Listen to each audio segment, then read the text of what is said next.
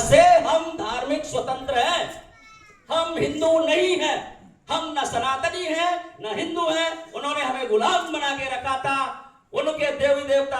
आप इनकी जन्म कुंडली देख लीजिए, आप कोई भी पैसे वाला हो, वर्मा जी हैं और हमारे चाचा जी भी हैं, अपने बच्चे की कभी भी कुंडली बनवाइए, उसमें 3 अक्षर लिखे जाते हैं, गढ़ आपका कौन लिखा जाता है। जिस दिन बता दें आपका देव व गढ़ लिखा होगा तो मान लूंगा कि आप हिंदू हैं। आपका गढ़ लिखा जाता राव, तीसरे अक्षर, तीसरी कुंडली, तीसरे कोने में लिखा जाता छा और चौथे में कोने, तीसरे चौथे में लिखा जाता सा। हमारा गढ़ राक्षस लिखा जाता है और हमको पहले तो डर के मारे 12 काटा गया, वीर योद्धा थे, हम यहाँ के मूल निवासी थे, हम लगते थे, ये लोग आगे थे, बाहर से आए हुए। अभी मोदी जी ने कहा इजराइल आवर फादरलैंड, पहले अटल जी कहते थे ईरान में जाके ईरान इज आवर फादरलैंड। इसका कारण यह है कि जो भी आक्रांता आता है महिलाएं लेके नहीं आता, महिलाओं की यहीं से उठाता है, यहीं से शादी करता है। Then India is father motherland, और भारत को माता कहते हैं, ईरान को पिता कहते हैं और इजराइल को पिता कहते हैं। हम यहाँ के मूल निवासी थे, हमको गुलाम बना लिया गया।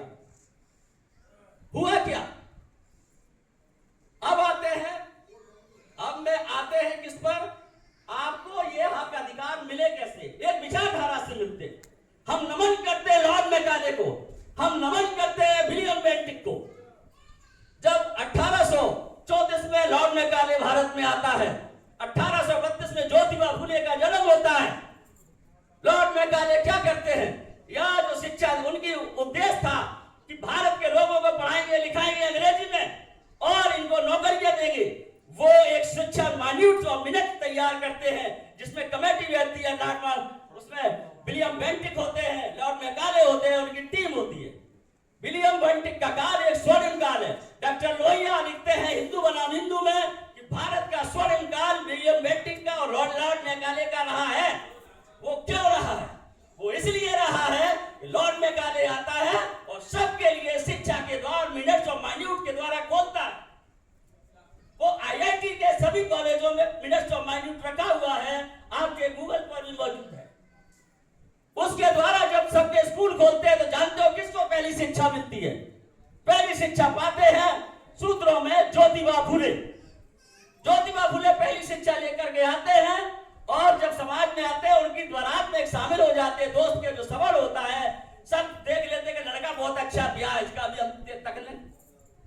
जब उससे जाते पूछते भाई कौन जात हो? भाई बहुत अच्छे लड़का, हमें लड़का मिल जाए, अंग्रेजी बोलता है। तो कहते हैं हम तो फूल माली हो, तो मार मार के उनको दुरुस्त कर दिया जाता है कि तू फूल माली होकर के हमारे बारात में बराबर चल रहा है। वो बैठे होते तो देखते पीछे झाड़ू लगा के आदमी आ रहा है, देखते नंगे पांव चल रहा है, व्यवस्था देखते। उसके बाद होता क्या है, वो अपनी अनपढ़ पत्नी को, जो सावित्रीबाई फुले होती है, वो घर पर पढ़ाते हैं। घर पर पढ़ाने के बाद उनके पास 34 बीघा जमीन होती है। उस 34 एकड़ जमीन को 15 एकड़ जमीन को बेच करके स्कूल खुलवाते। जब स्कूल खुलवाते माता सावित्रीबाई को, तो जाने कितने लोग उन्हें मारते पीटते हैं और वो भी एक प्रभावित होते हैं। वो प्रभाव कम्युनिज्म के द्वारा आया। कम्युनिज्म क्या कहता है? कम्युनिज्म कहता है कि मजदूर को हक अधिकार मिलना चाहिए, मूल अधिकार मिलना चाहिए। उनके विचार जब फैल जाते हैं तब 1860 में जो आईपीसी लिखी गई थी 1834 में, जब मांग होते तो समानता का कानून 1860 में इंडियन पीनल कोड लागू होता है और उसमें सबको सजा का बराबर प्रभाव मिलता है। इंडियन पीनल कोड, इस सरकार का जो सरकार वर्तमान में आई है दक्षिणपंथी है, उसे घृणा किससे है? वो बाबा साहब को गाली नहीं देते, वो लॉर्ड मैकाले को गाली देते, क्योंकि वास्तविकता में शिक्षा की जड़ रखने वाला लॉर्ड मैकाले था। जब समानता का आंदोलन ज्योतिबा फुले चलाते हैं तब 1860 में आईपीसी लागू होती है और उनके किताबों को, जो किताब लिखते हैं गुलामगिरी, जो प्रभावित होती है कम्युनिज्म से, जो प्रभावित होती है फ्रेंच क्रांति से, जहां से दक्षिण पंथ मिलता है, जहां से पता लगता है कि मजदूरों के भी अधिकार हैं, सैनिकों के अधिकार हैं, किसानों के अधिकार हैं, उनको उनके द्वारा उनको तो पढ़ करके जब गुलामगिरी को पढ़ते हैं तो कौन पढ़ता है? सयाजी गायकवाड़ और आपके बड़ौदा नरेश छत्रपति साहू जी महाराज। वो उनके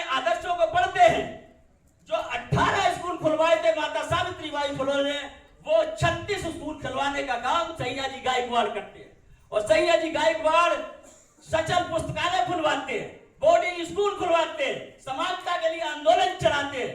इसके बाद जो छत्रपति साहू जी महाराज होते वो भी चलाते हैं। ये सारा आंदोलन किसका था? ज्योतिबा फुले का। और ज्योतिबा फुले ने प्रेरणा कहां से ली थी? कम्युनिज्म से ली थी, कार्ल मार्क्स से ली थी, संघर्षों से ली थी। उनके ही इतिहास को पढ़ते हैं बाबा साहब अम्बेडकर, जिनमें विचारधारा पढ़ती है, और बाबा साहब को पढ़ाने का काम सैया जी गायकवाड़ कैम्ब्रिज यूनिवर्सिटी में पढ़ाने का काम करते हैं। उसके बाद छत्रपति साहू जी महाराज भी उन्हें ऐड देते हैं और वहां पढ़ाने का काम करते हैं। अब बाबा साहब किसी भी देश में जाकर के नंबर 1 की नौकरी पा सकते हैं। सैया जी गायकवाड़ के यहाँ मुख्य सचिव के पद पर थे, चाहते तो ऐसा कर सकते थे, लेकिन उन्हें प्रेम था अपने समाज से। जितना हमारा महबूबा से प्रेम होता है, उससे 10 गुना हमसे प्रेम था। उन्होंने पूरी अपनी बाहर रहने की यश और आराम की सब जिद छोड़ी और समाज को आगे बढ़ाने के लिए संघर्ष किया। आगे भी संघर्ष मिलते और मिलते रहेंगे। बाकी की बातें हमारे समाज के और लोग बताएंगे, समय बहुत कम है। हाँ, एक बात और कहना चाहता हूं, चूंकि विधि का छात्र हूं। बात यह है कि अभी कह रहे थे कि पढ़ाओ बच्चों, टेक्निकल बनाओ। क्या बनाओगे आप? क्या बनाना चाहते हो? बच्चों को पढ़ाओ, उम्मीद जगाओ और आंदोलन करना सिखाओ। सही को सही, गलत को गलत, और वो भी संगठन के रूप में सिखाइए। आप देख लीजिए, ठेका मिलता है एनजीओ को। एनजीओ का मालिक कौन होता है? वो पहले अपने लोग बैठाता है, तुमको चौथे दर्जे में बैठाएगा। आप आवाज उठाइए कि अभी सुप्रीम कोर्ट ने मध्य प्रदेश बनाम Bharat of India, Indian government के खिलाफ जो मुकदमा किया था, उसमें यही जस्टिस सूर्यकांत जी, जस्टिस विपिन पंचोली, 3 जजों की बेंच ने एक निर्णय दिया कि मानते हैं कि आरक्षण नहीं है, प्राइवेट एजेंसी में आरक्षण नहीं है, और इसमें सरकारी वकील जो चुने जाते हैं आरक्षण नहीं है। लेकिन जहां पर आरक्षण नहीं है, वहां पर अनुपातिक भागीदारी लेने का अधिकार सर्व समाज को है। और इसके लिए हमें सड़कों पर संगठित होकर के बात उठानी है।